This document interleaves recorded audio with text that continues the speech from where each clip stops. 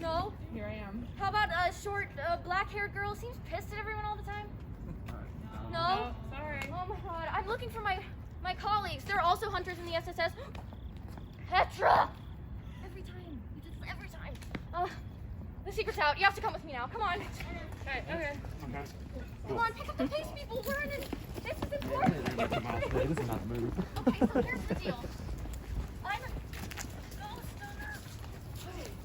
There's a secret society here at Ball State University. It's called the Secret Society of the Supernatural Arts. I'm not supposed to tell people about it, but I guess you guys are ghost hunters in training now. You guys are experienced though, right? Yeah. Awesome. So you stay prepared? Like you have your gear, right? What's that? Electromagnetic radiation I detector. have one of those too! Awesome. Okay, so we have another expert, so I'm assuming you also brought your fishing net, right? That's it in the car. Okay, well, I guess the plan will be, I have all the gear. You guys stay behind me. Plan B, run. All different directions. Just like zigzags, like you're being shot at. Like, you know, they can't see very well. It comes with like the translucentness, like it fogs the vision. So just, you know, it'll be fine. It'll be fine. Thank you. I like yours.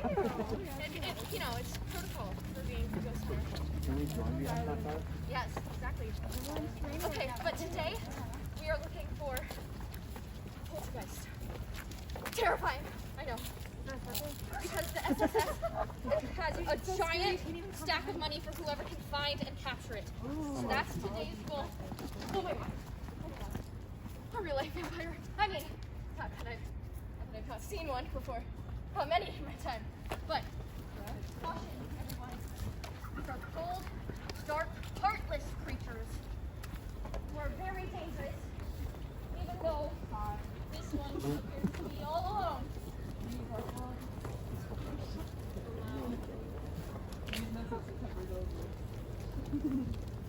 That's kind of a cruel choice of words, don't you think?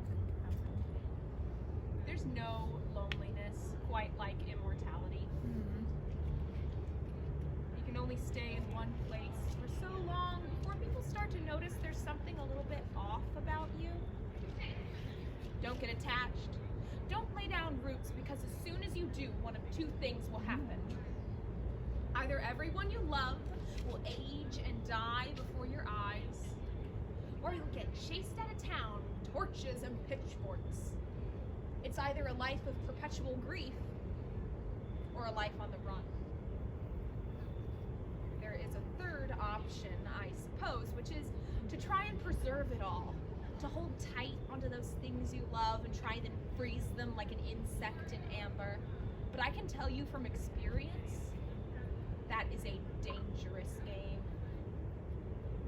I didn't know my mother's best friend was a vampire until it was too late.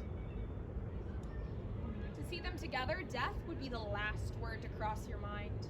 They would smile and their faces lit up like the full moon. Their laughter was like wildflowers. Their skirts and scarves would float on the breeze as they'd scoop me up in their arms and spin me around. Together, we were the definition of being alive. Until we weren't. Just shy of my 20th birthday, my mother fell gravely ill. We didn't know much about medicine back then, but seeing her lying there, it was like I was watching the life physically draining out of her, like how color fades in the sun. I remember the two of them arguing about some kind of cure. Mother protested, but her friend insisted, pleading, "You don't have to die." The day it happened, I'd barely stepped through the door when my world came crashing down around me.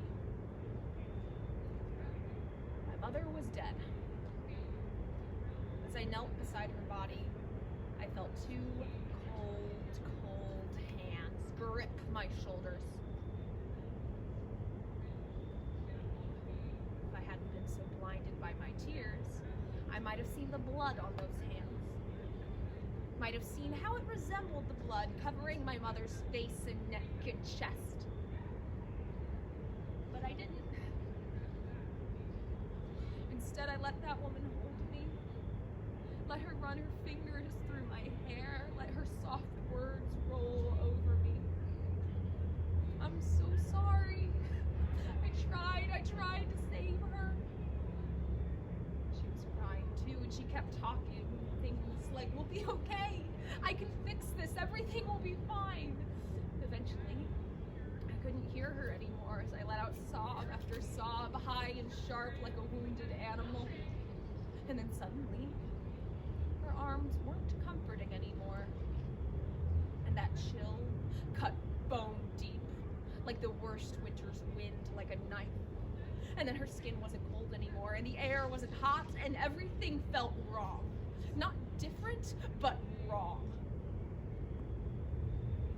The feeling of having your soul ripped out of your body and then crammed back in like a puzzle piece that doesn't quite fit is a wholly unique experience, and one I wouldn't wish on my worst enemy.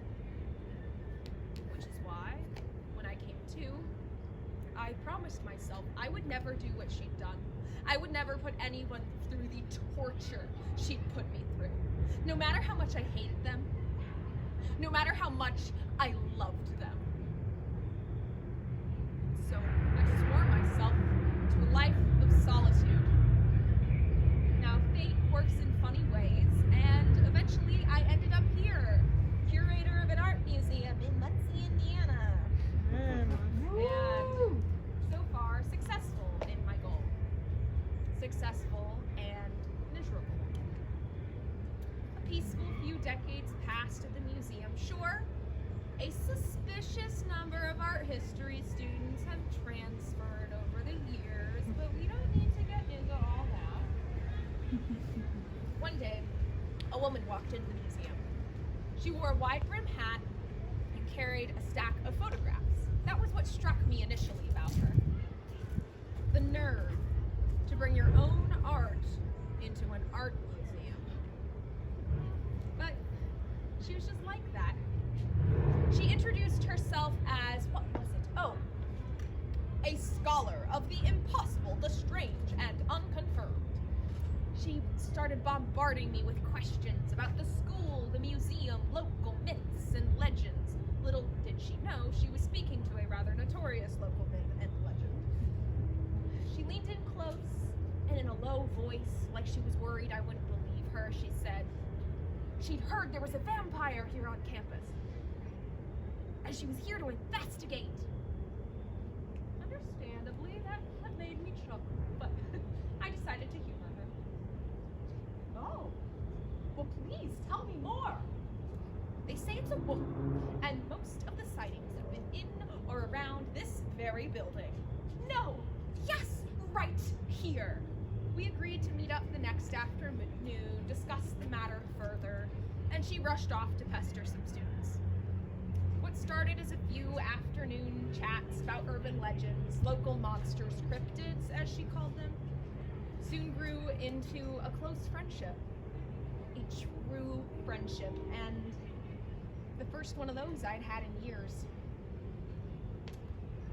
Yeah, I didn't tell her right away. You have to understand, it can be dangerous, but the longer we spent together, the more it became clear that she harbored no ill will towards her cryptids. She was nothing like the monster hunters I've encountered in the past. She wasn't driven by bloodlust or by a self-righteous sense of duty, but by an intense curiosity. I respect curiosity, and I respected her. We were sitting on these steps one evening, and it was that perfect time of day where the sun's already set, but its colors still light up the sky. And she was telling me about her upcoming trip to West Virginia. I joked last time I was there, it was all one Virginia. By the time I realized what I'd said, it was a little too late. She was looking at me with this funny look on her face. You're her, right? I nodded. She leaned back on her elbows, gazed up to where those oranges were slowly fading to purple. And after a long moment, yeah, explains a lot. That was that. The night before she left on her trip, I gave her a gift, a necklace. Now, I can't remember exactly where I got this necklace, but I remember when I saw it, it was like something spoke to me and I just had to have it. It was never deemed important enough to include in the museum, so ever since it's been in my personal collection. I don't know what it was, but that night it was like something was telling me she should have it. So I gave it to her. A symbol of friendship, we said. A friendship that spanned years. I'd known from the start that it wouldn't last.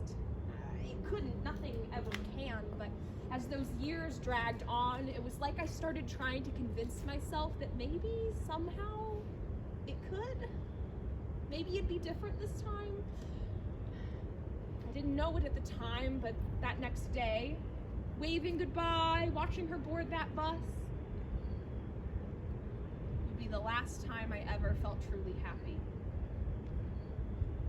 My world fell apart for the second time a while later as I wandered the halls of the museum, as I do most nights. I dozed off in front of the Buddha statue. It's normally one of my favorite pieces in the museum, but that night it gave me no sense of peace. Instead, I was overwhelmed by a wave of that particular kind of dread that comes only from being watched. My eyes shot open. If I had a heart, it would have raced, because there she stood over me, a wooden stake in hand.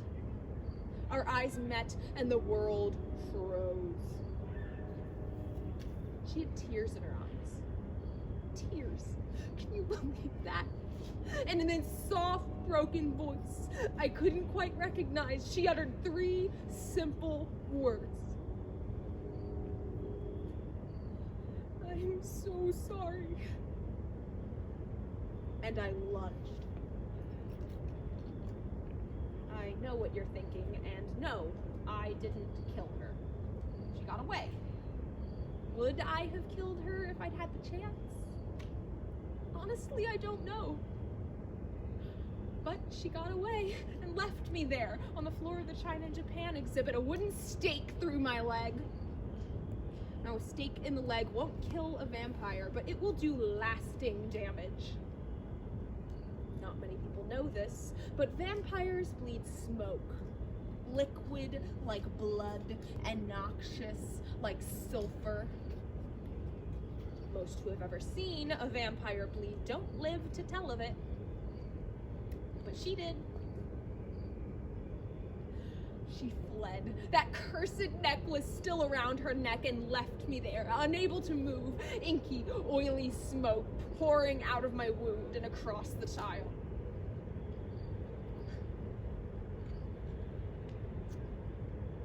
She never saw me as a person, as a friend. I was just another one of her curiosities, one of her monsters. And realizing that hurt more than a stake in the leg or the heart ever could. I've killed before. For someone like me, it is a matter of survival, not a moral quandary. But never before had I been filled with such rage as to want to kill. Just to see someone suffer, to watch the fear in their eyes. But as I watched her run from the gallery that night, a part of me started to believe those myths you hear about vampires. Maybe I am the monster she'd always thought I'd been. And from that moment on, I was fueled not by blood, but by hate. Without a specific goal, immortality, undeath, whatever you want to call this, becomes unbearably tedious.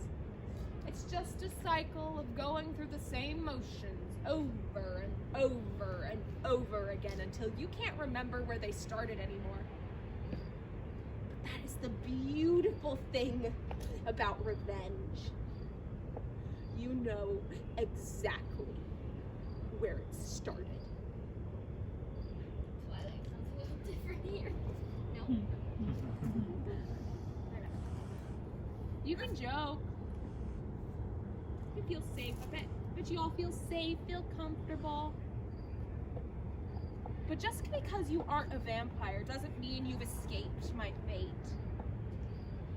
Continue on with your little stroll, with your little lives. But I implore you to remember this. Not all monsters have fangs.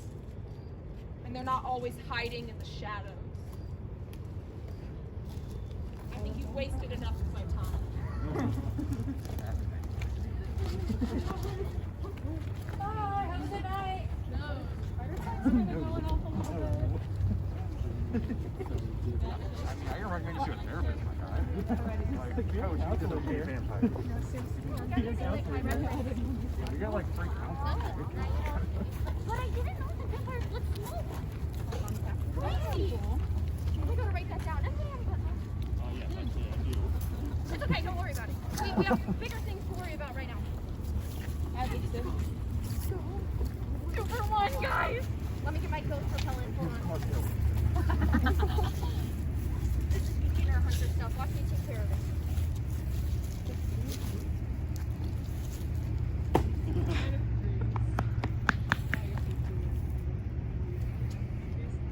Oh. Ah! Hey, wait, you're not famous monster hunter. Is that what they told me as? No. Cryptozoologist. Huh? Cryptozoologist. You know, like, I go out and I Well, right, I don't think. learn about cryptids, like the Thunderbird, or the Bear Lake Monster, or the Jersey Devil. Oh, yeah. Yes, okay. Let me entertain you all with a story. This is the story of White Water Wolfman. It was first discovered in 1908 by 2 railroad workers, just as the sun was beginning its descent. Growled, snarled, clearly hostile, but didn't leave the safety of the woods that night. The fact that the sun was still just barely in the sky probably saved their lives. Reports started popping up left and right of animals being slaughtered, despite the fences put up to protect them. The fences remained undamaged, however, leading people to believe the wolfman was simply jumping over the fences, which would have been too high for any human. One man claimed to have shot the thing and killed it, but people actually believed that for a while, until it reappeared in 1913, and it's been prowling around Whitewater ever since. I wanted to get a look at this wolfman myself, so I traveled there in the fall of 1954, just after a trip from West Virginia. I tracked its footsteps into the heart of the woods. I'll admit that I got a little bit lost. It was pitch black by the time that I found myself in a clearing. And then I heard that same snarling and growling that I had heard about in the stories. But it sounded like it was coming from all around me, from every single angle. And then clambered out into the clearing. I remember meeting its soulless black eyes. Then it came closer. Its shoulders heaving with heavy breaths. Its open maw dripping slobber, and then it stood up on its hind legs, and it had to be at least 10 feet tall. I whipped out my camera and tried to take a few shots of it, but then it charged at me, and it knocked the camera out of my hand and scratched my face. I was lucky to escape with my life that night.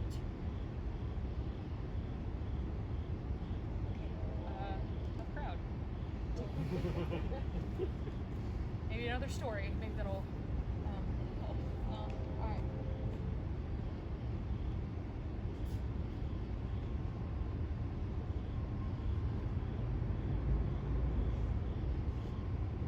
had this friend once. She was a curator at the museum. We knew each other for years and years, but I remember one night sitting on the steps and watching the oranges and pinks in the sky. I realized that I didn't really know anything about her. Nothing about her past, and it wasn't long before I figured out why that was. She was that vampire that I had heard so much about. Maybe I didn't know her stories, but as cheesy as it sounds, I feel like I knew her heart, even though it no longer beat inside of her chest, and I like to think that she knew mine too.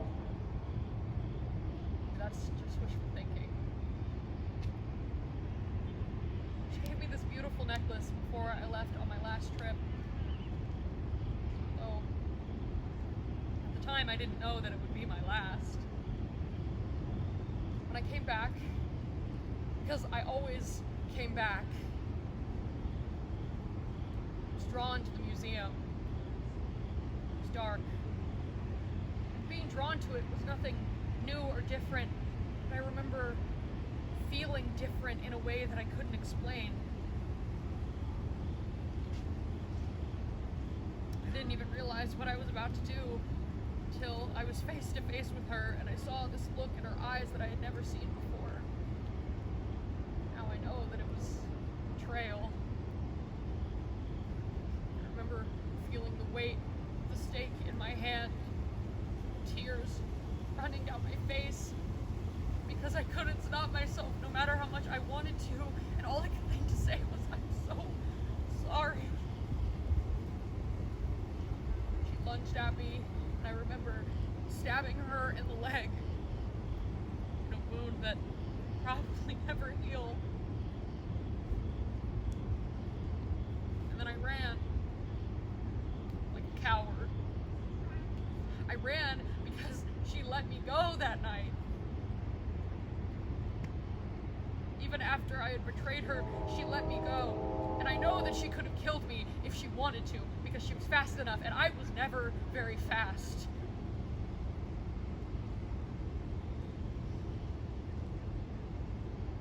I collapsed near the doors, and all I could do was cry until I felt this hand on my shoulder.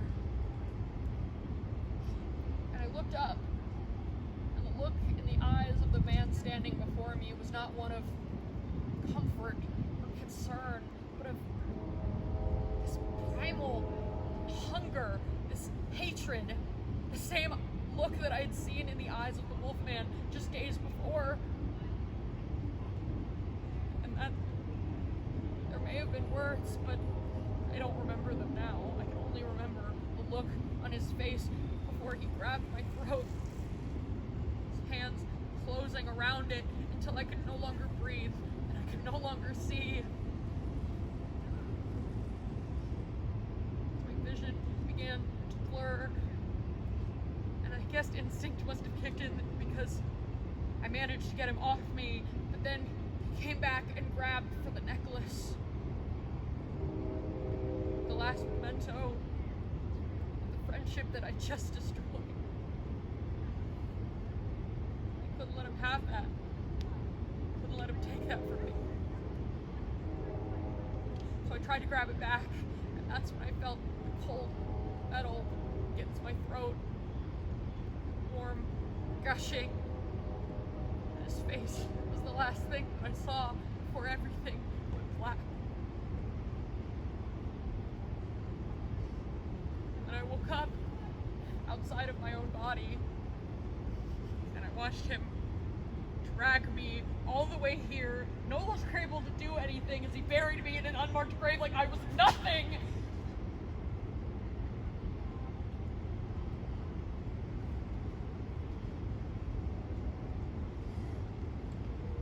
In life, I traveled around the world, searching for curiosities. In death, I am chained to this spot, just far enough away to watch her walk into work every day, probably still hating what I had done.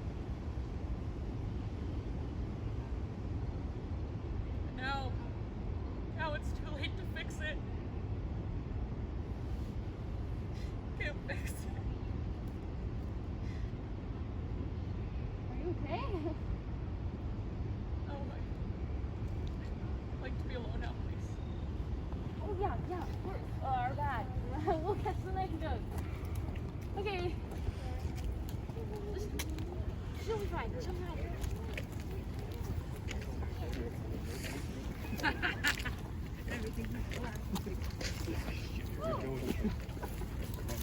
Did you guys see how I handled that? So good. Oh my gosh. I know! But that's not what tonight is about. I know! I'm practically an expert. See, I got my certificate from icghost.org. Pretty much as professional. Trash. You guys want to see the rest of my ghost gear? Yeah. Okay, cool. I like bracelets. Unboxing! Thank you! Unboxing! Yes! Unboxing. Okay, so we have our extensive research from the entire month that I've been here. We have my thermal scanner. And then we have, you know, like in Ghostbusters, those boxes that they like stick the ghost stuff into? Oh, tight. Uh-oh. Looks like Tupperware for this. Is it here? I did this guy. I'm so sorry. There's a ghost in there, yeah. This is Vinny. Okay.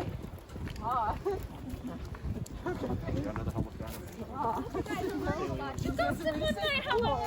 I like to like agree with something. You're like, oh, so. Now we are crossing the road, so like we're here to collect ghosts, not come them. You gotta go to Elliot when he's real gross. Okay, mine's getting like one good hit. Like I'll get one good hit in like, but then I run. Something fall off your dresser. I know my head out. There's probably Oh. What do you mean? You mean like when that painting fell off my dresser? Well, you said something last week. I don't know what Something you're fell off your dresser. I can't remember. Probably the dresser. Probably isn't that even We're kind of in the middle of some. Oh shit, you're Are you done. dead? We're dead. Are you dead? You're a ghost. What about it? I'm a ghost hunter, you know, so. Stop. How are you? I'm okay. You know, a little dead, a little not alive, so kind of sad. Thank you. I appreciate it. It was a different time.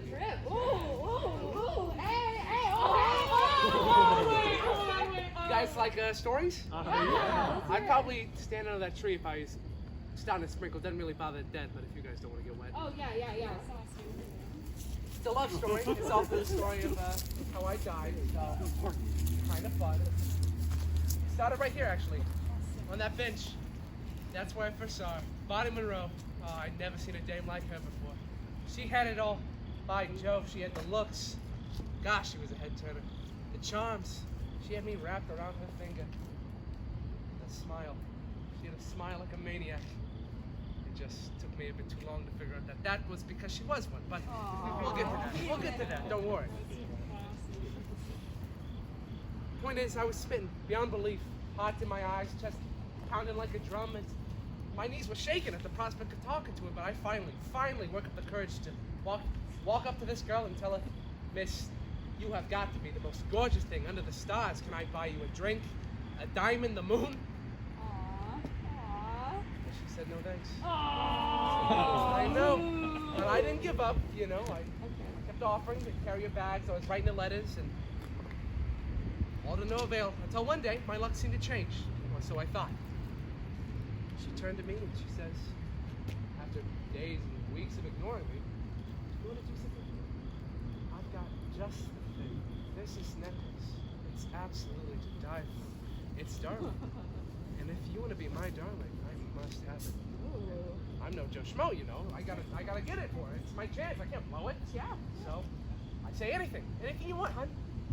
Where's this necklace at? She goes, well, it's wrong, sweetie. It's not exactly for sale. Last I saw it, it's over there. Some people think it's haunted. That's no problem for a big, strong man like you, right?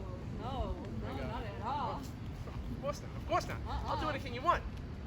So I go over there, and at the time I didn't really believe in ghosts, so I wasn't that scared. You know, obviously my current circumstances have changed my beliefs on that, but for the time I was feeling comfortable. I was like taking the place down, looking at the security, the exits. It seemed like it was going to be pretty easy. I wait for the middle of the night, and then just my luck, it starts raining. Cats and dogs thunder and lightning, boom, crash. Of course, it had to be a dark and stormy night. So I moved my soaked and titled gams on inside that building and searched that damn necklace. And it hits me. It's darker than it has any business being with all those windows, and it's cold. And every step I take fills me with dread because I ain't exactly the big strong man Miss Gorgeous thought I was. The ghost seems more and more realistic by the second. The hair on the back of my neck's rising, my breath is chilled, I suffer with voices. Back, it's cursed, it's a kill me. Little did I know I should have listened, but I was full in love, you know, and there's not much in the world that can stop a force like that, so I kept going.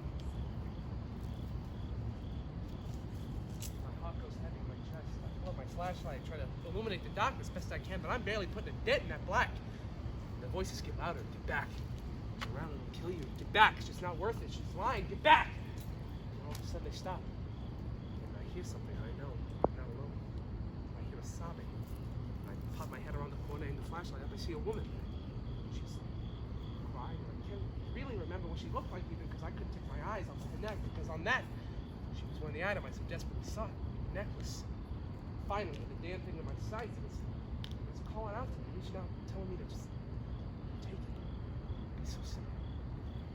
What are you doing? She asked, and I say, oh, gee, sorry, lady. You see, there's this girl, and she really, really needs that necklace. And if you could be so kind, I'd take that off your hands and get out of your hair. Say, what are you doing in a dark, dank, spooky place like this, anyhow? She says, I'm a cryptozoologist. I was here to see a vampire. I say, cryptopotamus, what's that? She says, cryptozoologist. I believe in things that most people don't believe. I say, hey, that's pretty neat. I say, what would a vampire want in a town like Muncie anyway?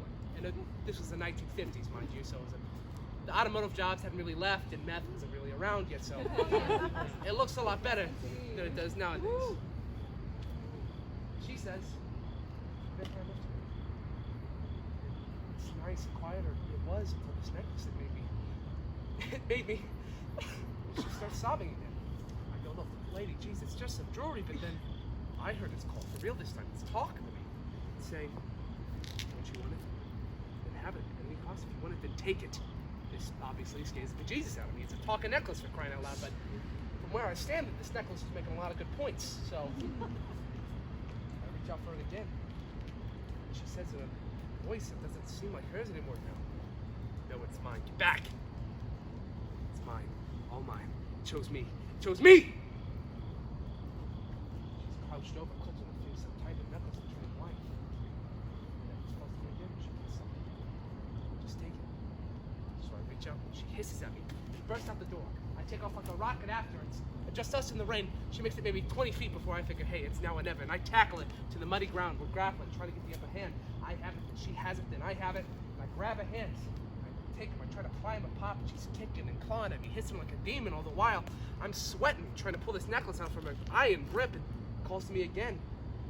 This would be so much easier if she was able to fight me. She would let you get away. No. I knew what I wanted, so I did it. I took my hands around her throat and I squeezed and squeezed until eyeballs were popping out of her friggin' skull. All the while the necklace is whispering, tighter, tighter, squeeze. Tighter, squeeze until there's nothing left, and then take what is yours. The worst part of it was kind of thrilling, you know. Not a thing I'd made a habit of doing up until that point, but that last breath of life was choked out of. She was gasping for nothing at all. Her eyes rolled back and she went still. I kind of liked it. Not nearly as much as the necklace, mind you, but not nearly as much as the necklace like it. Maybe that's all it was, but I couldn't say for sure. I reached out, I'm an inch away from her. I see her chest start to rise and fall again. The necklace says, you're in too deep. Kid, let her live now. You have to finish the job. So I did. I take out my switchblade. Everyone had one in the 1950s, and I slit her throat from end to end. Blood. Oh God, there was so much blood. It's like a river of crimson pouring out of a jugular. But it was worth it. Finally, I had the necklace in my grasp. I take it from her cold hands, growing colder by the second. I shove it in my pocket. And all at once it hits me. My God, I just killed someone. No one can figure this out while I'm still breathing. I panic. I rush back here in the rain to the spot where Bonnie Monroe first gave me a shot. And there she was, waiting for me. Open arms and that big smile of hers. She says to me, "Job's not done yet." She pulls out a shovel. Go back to the body. She keeps watch, and I dig and dig. It's just us in the rain, no one's around, so we bury that girl, that poor girl, in our muck grave, right where she lay. We come back here, I wipe the sweat from my brow, the dirt from my hands, but I can't get those blood stains off my conscience. Bonnie turns to me, she says, "I trust you've got me what I asked for." So I whipped it out. The necklace, I mean. And she looks at it like she's hungry. She snatches that out of my hand like a snake striking a bird. She puts it on her neck and she says, "That's so much better. I know this doesn't easy to get your hands on." I said, "Yeah, you got that right. You know exactly what my hands had to do to get this thing, and I hope it was worth it." She turns to me and she says, "I want to make sure of it.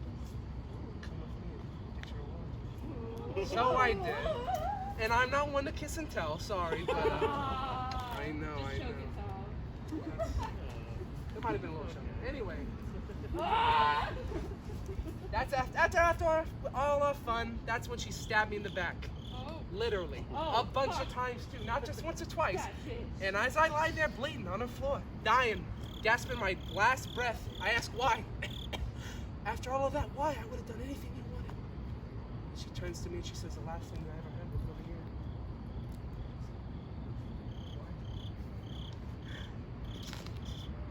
Oh my, and I wanted to stay that way forever. And for that, I need you out of the picture. It's been fun, darling. Piece of a necklace. And it all went black. After all that, it took me a while to fight my way back to the land of the living. But I had a clear goal in mind, you see.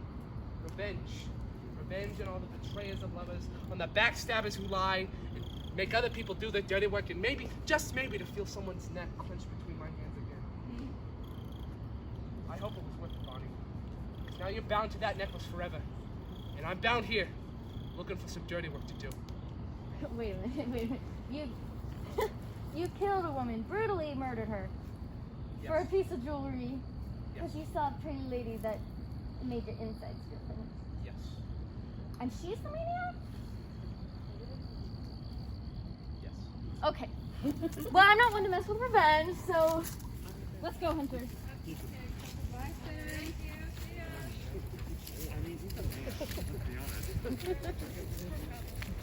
Who knew ghosts could be so desperate and horny? He didn't have the internet, okay? I mean, they didn't have Tinder. I know. Next time. Ghosts need love too. She grabbed the necklace and got me so interested. You know, when my thermal scanner was going crazy, I thought it was leading us towards the sign up, but really, it was leading us here. Do you guys know about the legend of the Ball brothers? About how their ashes are in each of the pillars of this very statue? If there's a better place for a poltergeist to be lurking, I don't know of it. It's gone. Everybody keep your eyes peeled, get your fishnet open. Well, just stay behind me. Okay, butterfly instinct, don't fail me now.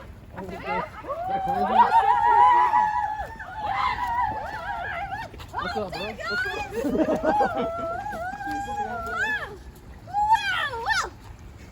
Wow! Did I get you? Oh, yeah. You should have seen you guys' faces. You're all like, bleh. But anyway, my name is Bonnie Monroe, and I'm a ghost. A poltergeist, to be specific. Which makes me better than any other ghost on campus because I can touch COVID. Right. Anyway, do you guys want to hear a ghost story? Yeah. Technically, all of my stories are ghost stories, but this one is really interesting. It stars a young, beautiful, amazing, talented Ball State student. Me, some boy, and a necklace. Now this boy, he was a drag, a total skirt chaser. But he was sweet on me. He kept asking me out and I kept telling him no, but I don't think that word means much to him. Now, let's be clear, I had no interest in him at all.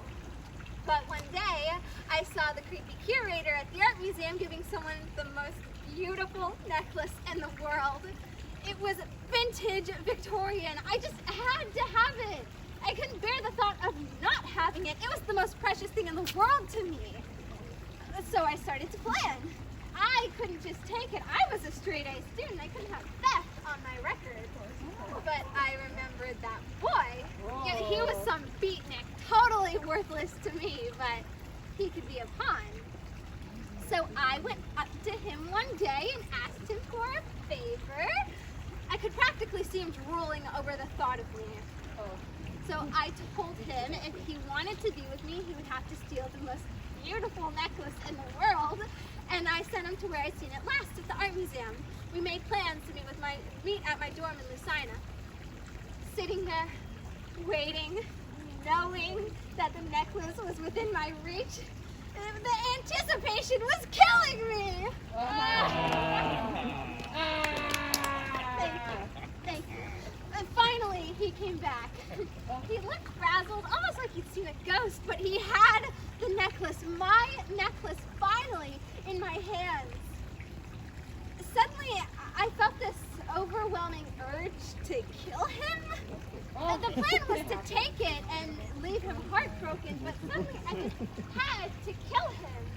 I felt myself losing control on reality. I felt myself grab a knife and plunge it into his back. I stabbed him over and over until he was on the floor and I had the necklace. I was so frightened of what I had done, I ran out to the beneficent statue. I was disgusted with the necklace. I didn't want it anymore. I tried to take it off, but I couldn't. The more I struggled to rip it off, the tighter it became. I couldn't breathe. I lost my footing and I fell into the fountain. Well, I think you can guess the rest. Now I'm a ghost, but it wasn't like when I was alive. I felt this constant urge of evil, like every bad thing I'd ever thought or did suddenly came to the surface and I felt no need to suppress it. And for some reason, I could interact with the students. I could steal a pencil or rustle some papers. It was almost like I was still alive. But I started to fade. Oh no. I felt those bad urges surge again, and suddenly I couldn't control myself. I grabbed a student and dumped her into the fountain until she stopped thrashing. And that was it! I was whole again! Yay! That must have been the key! I needed to kill in order to keep the necklace satisfied, and the necklace would keep me here. Yeah. Who'd have thought I'd turn out like this? A straight-A student into a killer ghost? Now, this is where the story gets really interesting because I had a run-in with 3 nosy little ghost hunters. Like me. The first came on a dark and stormy night. She was studying the myth of the Ball brothers' death. She had all of her notes strewn about her and she kept writing frantically in her journal about every little piece of information. I simply wanted to help her, so I took her little journal and floated it up to the urns, just so she could get a closer look. Is it my fault that she fell and cracked her head on the stone, and even if she died? Oh, and her journal that held all the answers, well, it fell into the fountain and got soaked. Totally ruined. Oops. How do you know about that? My friend. What about my friend? Oh, well, then the next one came. She didn't have a single noodle in her noggin. Hey. And she kept going on and on about how Hope Land died, and she was so sad. Ugh, so annoying. And it didn't help that she kept shining her compact mirror around, flashing it in my eyes. You know, I thought to myself, it was so easy to get rid of one annoying student. I could get rid of another. So I grabbed her by her perfect little head and held her on the fountain until she stopped screaming. I find that's the best method. finally, the last one came. She was so moody. I guess you could chalk that up to her friends dying, but still, you're never fully dressed without a smile. She kept chewing this gum, just popping it in my face, and pop! So disrespectful. So I snuck up behind her and gave her a little scream. She was so scared. She fell off the stairs and cracked her head open.